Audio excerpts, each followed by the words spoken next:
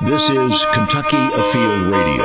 This is Ron Rohde, Kentucky Afield's first host back in 1953. Now, I'm proud to present Charlie Baglan. Our name is a prized possession, but if it's uncommon, it'll take worse butchering than the Thanksgiving Day turkey. We go inside outdoors with our Thanksgiving show, a show about family, to introduce you to a couple of sportsmen from Mississippi who know what it's like to have people stumble over their name because they have the same name I do. There are three of us in the world, and you get us all at once. That's sort of like an early Christmas. Later, a note on being good neighbors and a look at Turkey Day itself, next on Kentucky Afield Radio.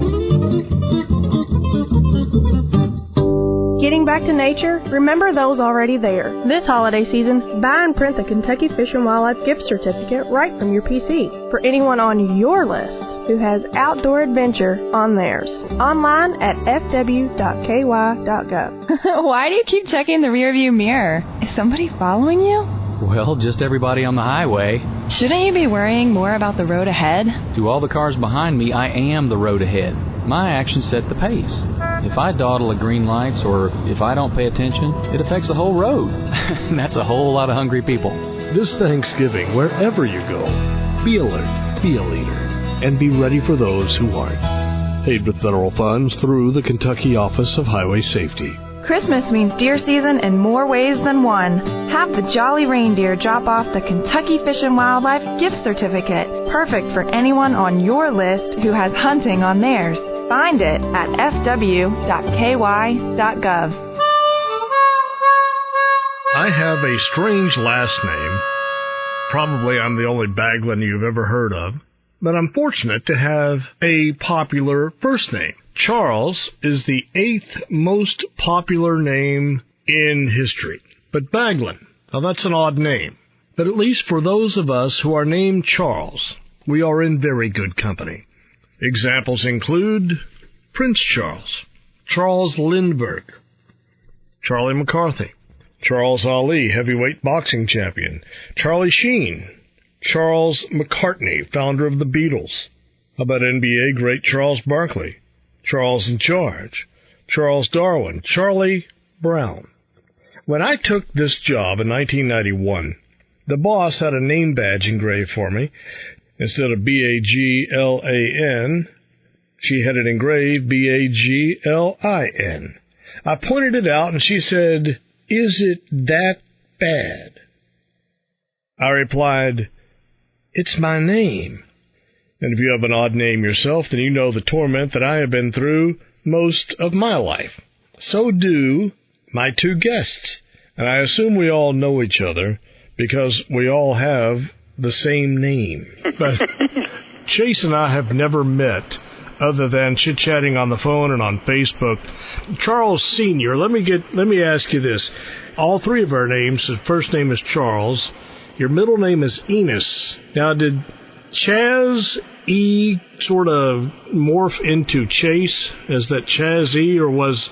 No, we put a nickname on him before we were born. The real name is Charles Enos.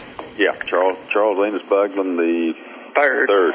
And you're the second, right, Chuck? I should be, but I'm junior on my Social Security card. Okay, you're junior. Chase, are you content with being the third, or would you rather be another number? Third's fine.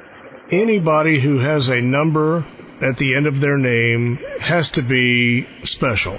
Charlie Baglin, Dad, you are junior, but if your son is the third, doesn't that make him sound distinguished? Well, yes, it does. Chase, you ought to be getting dates left and right by saying your name is Charles Enos Baglin III. So, son, are you getting a lot of dates and attention with being the third? Does it help? I don't know if they even know it. Charlie, he just chased everybody. Everybody just calls me either Chase or they call me Baglin. Baglin. There are a lot of people listening that aren't named Smith and Jones. We have odd names, and there are odd names in the telephone book everywhere you look. Baglin is always, at least in Kentucky, they will mispronounce the name Bagby, Bagwell, you name it. But Baglin, you sure your name is Baglin? What kind of butchering does your name get in Mississippi? Bagwell is the biggest, but... and Bagland. They put a D on it. But used to, it was Bagwell is what they confused it with, Charlie. But over the years, I know so many people, they know me now by my real name, but somebody on first impression, they about going to call me Bagwell. I love the people who say, "Are you sure there is no D on the end of it?" Yeah, I've had that happen. Well, they invariably want to put a D on it. No question about that. Even when they get it right, the pronunciation right, and the spelling, they still want to put that D on it. It's sad. There's nothing more precious in life than someone's name. You want them to say it right, pronounce it right, spell it right. You don't like anybody getting in there and sort of messing with your identity. And it happens to people like anybody named Baglin. Well, the Baglin name is very rare, and very few people on first impression have ever heard that name. Probably nobody has ever heard that name. Because until I met you 20 years ago, I didn't even know there was another Baglin out there, your age, or your sister's age. But I never really knew a whole lot about my daddy's family. I know that my daddy's daddy was a riverboat, I think they call them pilots. And his wife, my grandmother, was also a riverboat pilot. I have chased the Baglin name through Facebook and the internet, and I'm not one to really delve into our ancestry. My sisters do, but I have found a small village in New South Wales over in the United Kingdom.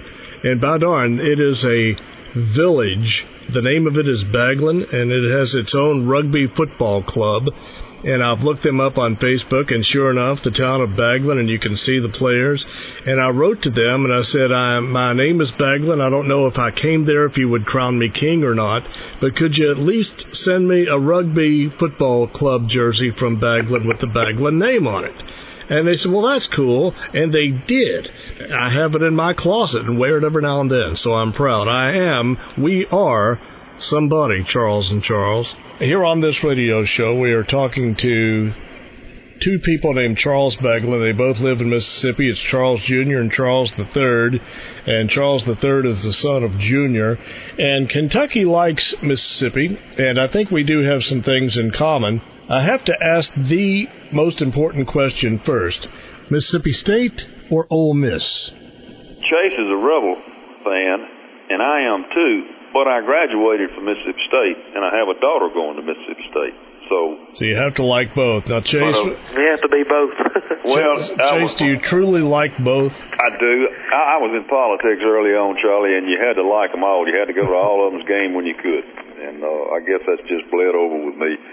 But I graduated from Mississippi State in 1974. In Kentucky, we like Mississippi for all the obvious reasons. We want to thank you for Elvis Presley. We want to thank you for Peyton Eli and Archie Manning. We certainly, you may not realize this, but the Mississippi River does touch the western tip of Kentucky. And I think that even though you were once in politics, we have a strong dislike for any team out of Arkansas. Well, interesting. The University of Kentucky has always dreaded a basketball game with the Arkansas Razorbacks. So is that a big rivalry there in Mississippi? Yes, it is, but not as much as State and Ole Miss or Ole Miss and LSU. My mother went to LSU. Back in the 70s, there was a very controversial game that went on down in Louisiana with Ole Miss, and something happened to the clock, and there was a 16-second gap. LSU wound up winning a game that everybody from Mississippi felt the clock had run out on, and they shouldn't have won. And it's been a grudge fight ever since. Is that basketball or football? Football. Basketball is not anything like football. Down here, when we have a home game, at State or at Ole Miss, it is a big deal. The people come in 2 or 3 days before the game, and they tailgate, and they just have parties over to Oxford for 2 or 3 days at a time. They do it over Mississippi State, but it just doesn't have the popularity that it has over at Ole Miss. Every year they do a program on tailgating at Ole Miss on national television. Chase, what do you think about football? Is it the meaning of life? And down here, it pretty much is. If it's a Saturday and there's a football game, everybody's either going or they're watching it or they're partying.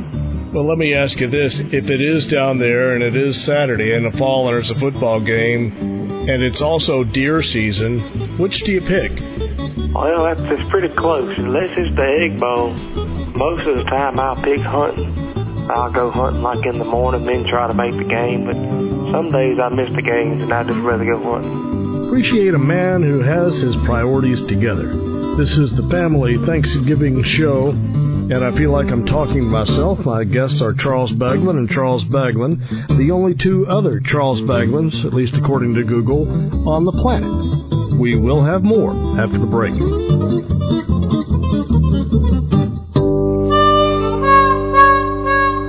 You're listening to Kentucky Afield Radio. My name is Charles Baglin, and my guests are also named Charles Baglin. It's Thanksgiving weekend. This is our Thanksgiving show about family, and Charles Baglin Jr. is the father. He is a busy attorney in Batesville, Mississippi. That's in the northern part of the state. His son, Charles Baglin III, college student, preparing to change the world, no doubt. So, Charles Baglin III, let me just mention that it is up to you to carry on the family name. Good luck with that. I do wish I knew these two gentlemen better, but the sheer distance has prevented that. One thing, though, that is a fact despite the distance is our sheer love for the outdoors. And Charles III, you are quite the outdoorsman. Oh, yes, sir. Anytime I get a chance to be in the woods or on the lake, I do it. Would you rather be deer hunting, turkey hunting? Do you like going out on any of your lakes? And what do you prefer? Most favorite kind of hunting is probably deer hunting. Do you have your eye on one? You want a buck or a doe? I've got my eye on a few bucks I know that are running around, but just hoping to find them at the right spot at the right time. And I've been working here about the last month, getting bush hogged and food plots done and getting ready to get the stands cleaned up this week. Dude, you're the man. We still hunt a lot together. It's just that he goes in his truck and I go in mine because, I may want to come home before he does. So tell me about the biggest buck you brought home lately. An 11-point with an 18-inch spread about 2 years ago. That was the last big deer I've killed. Did you score that deer? Yes, sir. I believe it scored around about a 150. You may have had to chase that deer around for a little while. Did you have to scout him out? No, sir. Actually, I've been hunting this place the first time I'd ever hunted it. The first year I'd ever hunted it.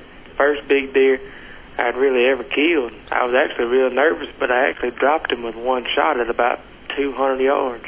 Did you learn to love the outdoors as part of growing up from your dad? Yes, sir. That's all I've really ever known. We went hunting when I started hunting with him, I guess, when I was 5 or 6, and we started hunting together. And then as soon as I started driving, I started going on my own, and he started going on his own. So, Charlie Jr., when your son was just a little tyke, what did you try to introduce to him to make him appreciate our outdoors? We did a lot of duck hunting earlier on in Tennessee at Reelfoot Lake, and he really enjoyed that. That's about a 3.5 hour drive for us. We have a brother-in-law that had a big blind on Reelfoot Lake, and you could really limit your ducks out. If the ducks were there, you could kill your limit in no time at all. Part of Reelfoot Lake extends into Kentucky. Are you aware of that? No, I was not. Yeah, just a But I know it's tip. right up there because it's not but about 30 miles from where my wife's parents are to the Kentucky line. We go to Kentucky all the time. Hickman, Kentucky, I believe, is one of the towns we go to a lot. But anyway, we started off really duck hunting because we had this huge blind. I mean, it was probably 30 feet long. It had a kitchen in it. It was heated. He really enjoyed that as a young guy, but when he got on up around 4 or 5 or 6 and could carry his own gun, so to speak, then he really got to liking deer hunting, and that became his favorite. He and I deer hunted together just about every day. We had an RV that we would carry out to our deer camp, which is about 30 miles from home, and we would leave that RV out there during the deer season, and we'd stay out there at night every weekend. We'd get there on maybe Thursday or Friday, and we'd stay, and sometimes, 4 or 5 days, and we've even stayed out there before he started school. We've even stayed out there as long as 10 days without coming home. But when he got his driver's license, I went back to doing what I like to do, and that's I run bird dogs, horseback field trials. I quit doing that when he was about 3, and I didn't pick it back up big-time basis until he turned 15. And when he got his driver's license and could drive himself, then I went back to field trialing, and that's what I do more than anything. There's one harvest season that you have in Mississippi that we do not have in Kentucky and never will. The gator harvest. It's not warm enough up here to have gators. But do you go alligator hunting? I have, but we're too far north for that. You're going to have to get down on the Louisiana line. Have you ever been on a gator harvest chase yourself? I've never been on one. I've actually never seen one really in person. I have. I've been on one. I do a lot of trot lining on the Tallahatchie River. They say there's 1 or 2 alligators on it that are about 7 or 8 foot long, but I've never seen either one of them. I have been on a gator harvest in the state of Florida, and I have eaten alligator, and I think it's pretty darn good. Have you ever? I didn't care for it. I thought it tasted awfully fishy. Chase, have you ever had any or wanted to try alligator? I've never had any. Never really been anywhere to try any, I guess you could say. I've seen it on a few restaurant menus, like fried alligator bites or something down around Louisiana, but I've never thought to try it. So you live in northern Mississippi. I'm thinking when I go outside my door, I can look out and see hills, I see forests, fields. That's the type of topography we have. Where you live, what do you have? We live on the edge of the Delta. If you go west from our town 10 miles, you'll be in the Delta. If you go east from our town 10 miles, you'll start getting into some rolling hills. The Delta meaning, is that the Mississippi River? Yeah, it's flat land around the river. Flat as a pancake. Let's say I am listening to this program in Kentucky and I'm wanting to head south for a vacation. We may not be as southern as Mississippi. What are some good traditions we ought to come down and take part in?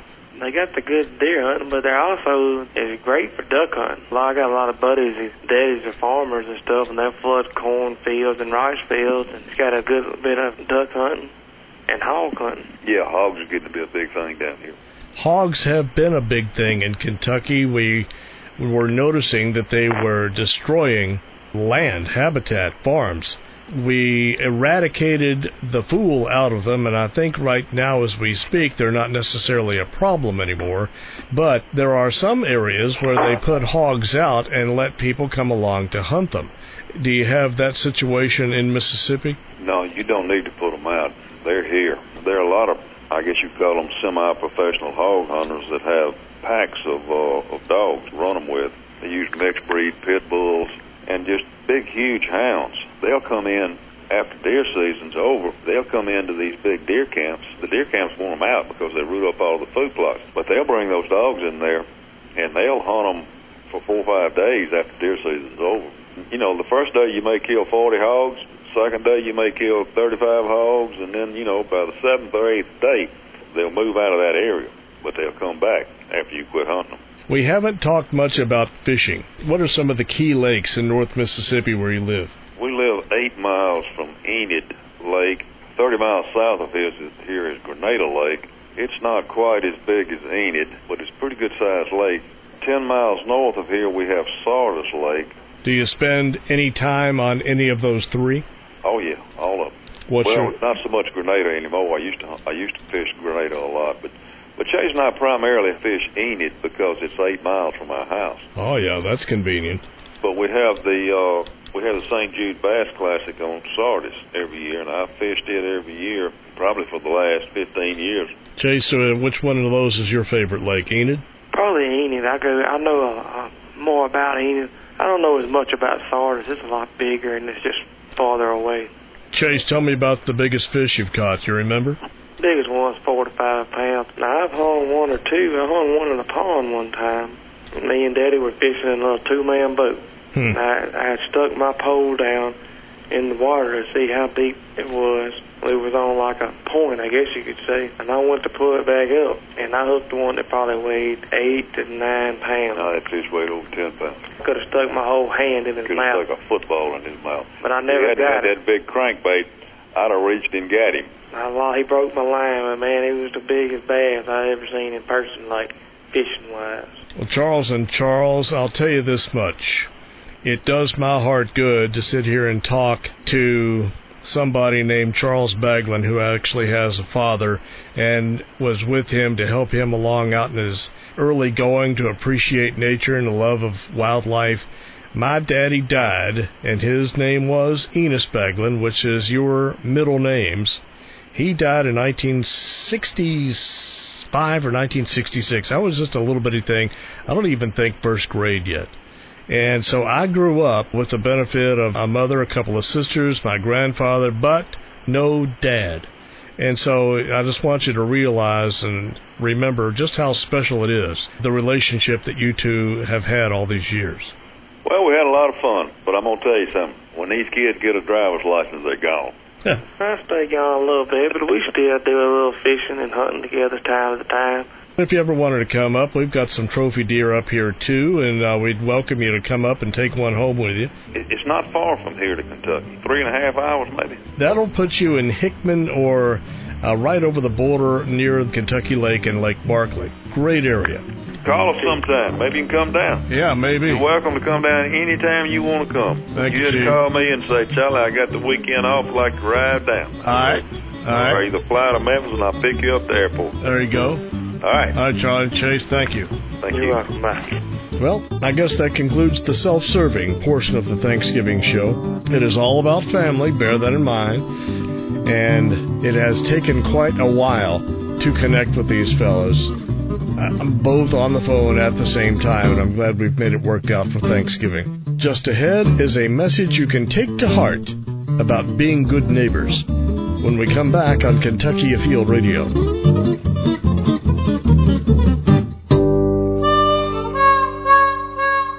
This is Kentucky Afield Radio, Charlie Baglin in. Happy Thanksgiving Day weekend to you. We do not have a fishing report this holiday weekend. We gave the fisheries biologist the weekend off, back as scheduled, though, next weekend. First Thanksgiving Day, 1621. I'm looking at the website called the Mamaverse. First Thanksgiving, 1621, pilgrims celebrated the bountiful harvest with a feast, lasted 3 days. Ours is about a meal and then some leftovers. Today, typically, we will eat, for the modern Thanksgiving Day menu, turkey, mashed potatoes, stuffing, cranberry sauce, gravy, corn. On that very first Thanksgiving, here's how the menu has changed. Wild goose or duck, wild turkey, deer, flint corn, fish, shellfish, and eels. When was the last time you served eel on your Thanksgiving dinner? This is back in 21? Although we may celebrate Thanksgiving Day every day, it wasn't an official holiday until 1863. Came in under the administration of Abraham Lincoln, Kentucky boy. So how much turkey do we eat? In 2009, and these are the newest numbers I have, the average American ate, in a year, 13.3 pounds of turkey. Cost of the average Thanksgiving dinner for 10 people, $49.20. That's about $5 a person. Back in 1998, 99, I was friends with a young lady who had just gotten her Ph.D. from Michigan State University, and I believe it was in chemistry or microbiology, one or the other. Anyway, we were in a canoe club together, and once upon a time, we were sitting there eating, and we were eating turkey. And I got to talking about this tryptophan. It's an amino acid. It's found in turkey meat. The myth is that's what makes you tired after you eat a big turkey dinner. But maybe that's not true after all, because I asked her about that, and I said, oh, and what is it about tryptophan that makes you tired? Or you can take tryptophan, buy it like in the grocery store where they sell vitamins, and you can take it and it'll make you sleepy, help you sleep better. She had never heard of it, or she had never heard of it in that context, and bear in mind, she was a Ph.D. Now, all these years later, get this, tryptophan levels in turkey are comparable to the same tryptophan levels in other meats. Science says that the large intake of carbohydrates and subsequent release of melatonin is what causes the drowsiness. So, you can no longer blame it on the Detroit Lions.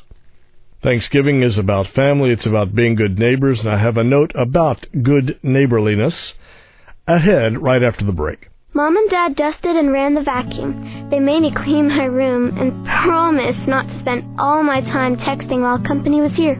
I said, okay. Charlotte, she's my cousin, and my Aunt Heather are excited about seeing our new house. It still smells like new carpet to me, but Mom says cookies and turkey and rolls will soon take over, so it'll be fun. Holidays are fun, so let them begin by arriving safely. Paid with federal funds through the Kentucky Office of Highway Safety. The magazine you can't put down can at least be placed under your arm while you're opening gifts. Kentucky Afield magazine. One of the many gifts you can give with a Kentucky Fish and Wildlife gift certificate online at fw.ky.gov. Kentucky Afield Radio, this is Charlie Baglin in, and we live in a world where litigation is common. Now I bring this up because it applies very often to things we do this time of year. Outdoor recreation.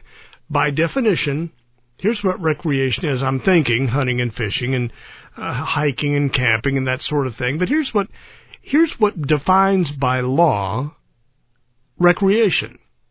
An activity that refreshes, renews our health, renews our spirits. There is a law that protects recreation on your private property. Each of us loves to recreate. Seeking permission to go onto private property oftentimes is met with a locked gate or a sign that says posted no hunting or posted no trespassing. And so that's what you get. I remember back in school there was a poem, Robert Frost, I do believe. Good fences make good neighbors. You're good right up to a line and you don't cross the line. And in this situation, what we are fencing in or what we're fencing out is essentially the word risk. R-I-S-K. Risk. And it doesn't matter whether our fence is around a little bitty front yard or if our fence is around a big back 40. We tend to be a little bit uncomfortable, and I would say rightfully so, because we're conscientious people. Nobody wants anybody to get hurt or lost. Still, we are a little bit uncomfortable with other people coming onto our property for fun and games. And again, even something as simple as the kids coming over to your property to shoot hoops, or they say you live next to a field, or you have a small farm. Say, I would like to come over there and fly my kite. Joe from church says, hey, can I bring a group out and we can go bird watching, or can we have a picnic there, or can I bring my scout troop out to learn about the different trees, or the list could go on and on. We are uncomfortable having people on our own property because we don't want them to get hurt, and if they do, we don't want to be responsible. And I don't want you to sue me. So I'm just going to put up this sign that says no trespassing. Or if you ask, I'm just going to say, well, I would, but no. As neighborly as we want to be, we decline, rather than take that chance.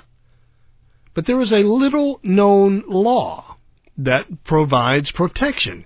People like you and me, to people like your neighbor. It provides protection for property owners in situations exactly like these. Protection that once they could only get by saying, better not.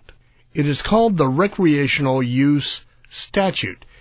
It's KRS 411.190. I'll repeat that. The Recreational Use Statute, KRS 411.190. It specifically limits the liability of landowners who make land or water available to the public free of charge for recreational use. Recreation includes, but it isn't limited to, and this is written in the statute, hunting, fishing, swimming, boating, camping, picnicking, hiking, bicycling, horseback riding, pleasure driving, nature study, water skiing, winter sports like, cross-country skiing, sled riding, an excellent example, viewing or enjoying historical or archaeological, scenic, or scientific areas. Kentucky wanted to allow more areas for recreation to occur than the state is able to offer. So by offering landowners this protection, it opens up areas for you to recreate, hopefully. The Kentucky Recreational Use Statute, I know, has been a topic on this show 3 times over the past 12, 15 years, so you may have missed it. But I have talked to 3 attorneys from the Kentucky Department of Fish and Wildlife / the Kentucky Office of the Attorney General, so they know what they're saying. And we would talk about this point by point by point. And I am now simply reiterating what they said to me and examples they gave, and that you can essentially read for yourself if you just want to go out there and Google the statute. But it's right there in black and white to see how much, how little, the type of pastimes that you allow on your property is strictly up to you. If I say Kevin can come over and fish in my pond, that doesn't mean I have to let Kevin's brother. That doesn't mean I have to let my other neighbors or anybody else. I can limit it just to him or to his kids' scout troop. And what he does when he gets there, that's kind of up to me too. You can go in this field, but you can't go in that field. I'm preparing to plant there. You can go tomorrow from 10 o'clock in the morning until 6 in the evening. But after that, I'd kind of like you to clear out. You set the rules. It's your property. Through the Recreational Use Statute here in Kentucky, you are protected from any liability as long as you follow 2 basic rules. If you are aware of any dangerous conditions, like just because they're out there and you are welcoming them out there, doesn't mean you can deliberately cause them harm. Likewise, if you know of anything that is dangerous to the area, say you got a mean bull over in one pasture, you can go, but stay out of that pasture. You got a mean bull over there, and you never know. Or if you're going to climb trees, I've got this one tree, it's dead, and it looks pretty good, but it's not. Any of those branches could fall. Please don't do that. Or if there's an old well and there's a sinkhole, watch out for these things. If there's things that you know that could bring harm to whoever's doing the recreating, you got to tell them. That doesn't mean every gopher hole. It just means if you know that there are inherently dangerous situations on your property that you know of, you have to disclose that. You sort of cover your fanny, at least going into it. So that's rule 1. And here's rule 2. Don't charge a fee. That's what this statute does, to encourage someone to let someone else use their private land. If you allow someone to come on your land and hunt or fish, for example, and you do not charge them a fee, then they can come on, and if they were to get injured, then you are protected from liability. You're protected from suit. Don't charge a fee. Because if you do charge a fee, even if that's just a couple of bucks for wear and tear or cleanup, then your property has essentially then become a business. Then, let's say you go into a movie theater and there's a loose step and you fall through. Guess what? Yeah, I'd say they're liable because you paid money to be there. Applicable in this situation. Once you go and make your farm a business, then you are within that area of invitation. You are going to be looked at for every gopher hole and everything they could trip over. And to wrap up this part of it, if you charge anything, even if you go fishing, give me a couple of the fish, then the statute becomes null and void. Thus, you are going to be facing exactly the headaches you sought first to avoid. Again, the landowner can set the parameters they want. You can fish out of this pond, but not that one. You can hunt this area, but please don't go to that area. That's where my cows are. Set all the parameters you want. And again, you can set it for whoever you want. It can be different person to person. You may get asked this once a year, twice a year, 3 times. You can always say no. Because you say yes to one person doesn't mean you have to say yes to anybody else. The language in the statute says public. That doesn't mean you have to open it to anybody at all. It's whoever you want. You set the parameters. You're the landowner. The statute is in place to help provide people a place to recreate. It in no way gives you the right to trespass or hunt out of season or take any other liberties. You still have to have permission. The hope is, though, through this statute, that the very reason wildlife agencies choose to promote it is that more people will be more inclined to say, sure, you can come hunt squirrels on my property. Sure, you can come over to my place and hunt turkey. Thanks for asking. Enjoy yourself. It has been put in place to help more landowners say yes without the fear of repercussions. This is not a new rule. This isn't something that just dreamed up in Frankfurt last week. This was done in 1966. It's been in place for as long as many of us have been alive. Most of Kentucky's land, and most, percentage-wise, 92%, somewhere in there, of Kentucky's land is privately owned. Not a whole lot of public land. Recognizing this, the legislature enacted the Kentucky Recreational Use Statute way back in the middle 60s so that people could have a place to go. And again, the landowner wouldn't have to worry. So let them know if there's anything dangerous out there. And do not charge a fee. Got to remember, landowners still hold the cards, landowners make the rules, and at least they know that they're not left holding the bag should anybody get hurt. And this is something you might want to know going into it. Say you're going to go over to a friend's house who you know owns some property and say, is it okay if I hunt turkey there? Or is it okay if I bring my kids and go camping? Is it okay if I hunt deer there, or squirrel, or dove? Prepared all the while for that landowner, that otherwise nice guy, to say, no, I don't want to be responsible if you get hurt.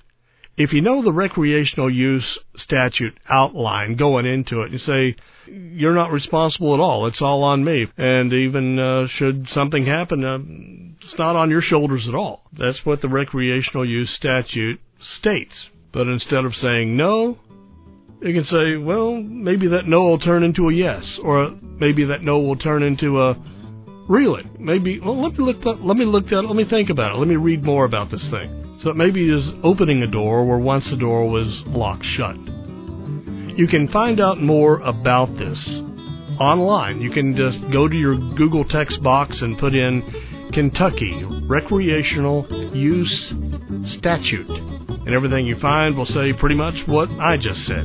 Something to keep in mind this hunting season. I guarantee you it can make a difference. The clock is ticking. We have a few more minutes left in the show. When we come back from the break, an in-depth look at exactly what Turkey Day is and what it has been. Charlie Baglan in. Stay with us on Kentucky Afield Radio.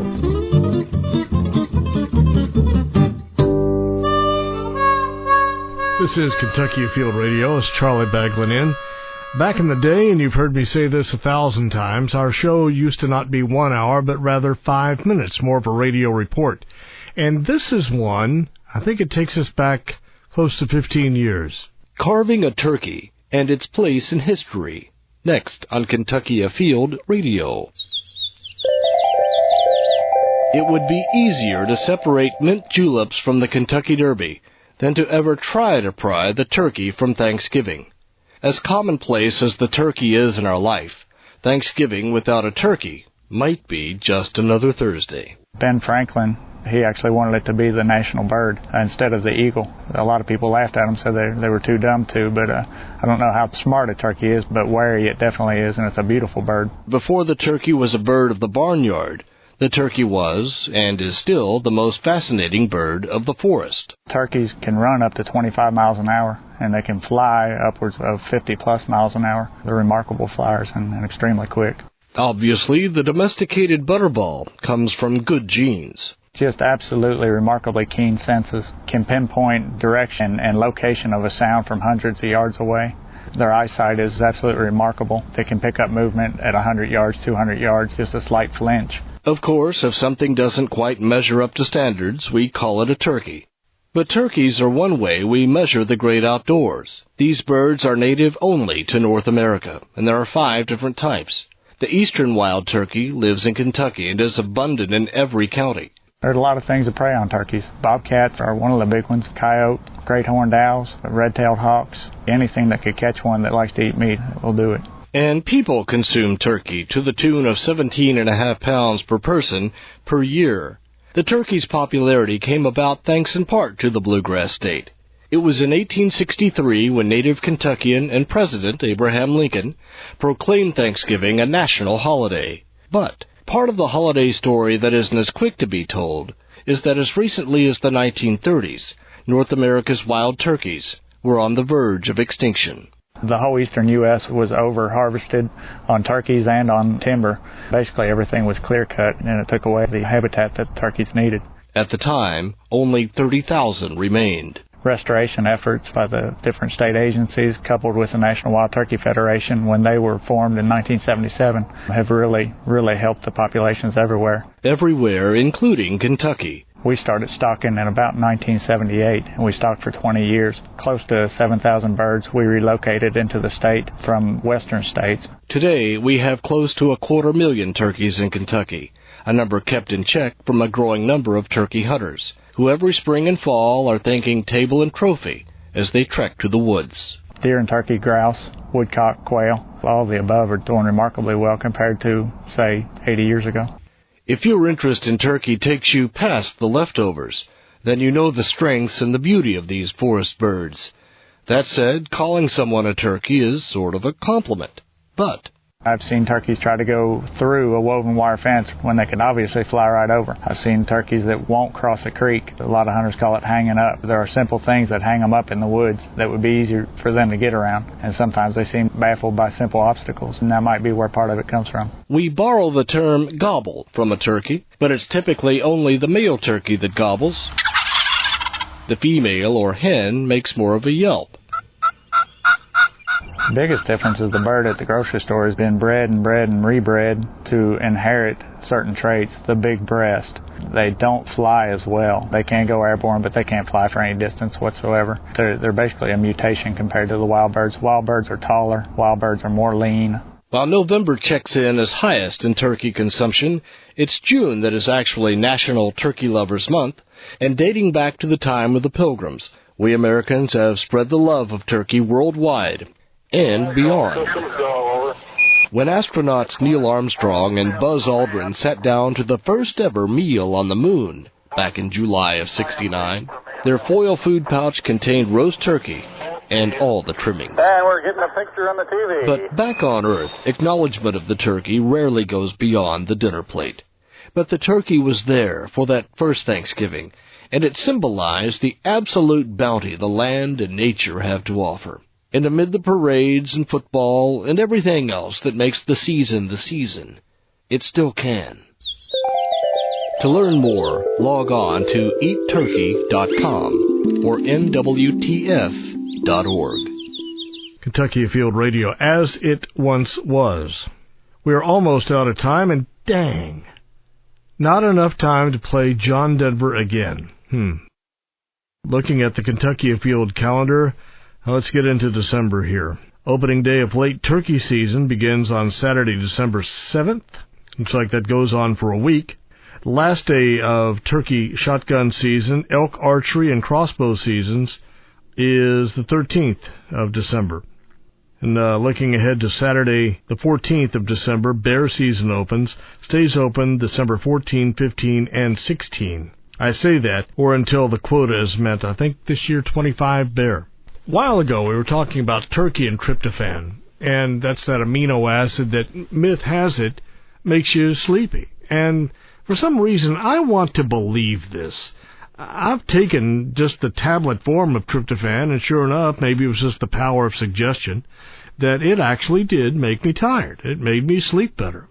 I am certainly no one to debunk what science says. But here's another example.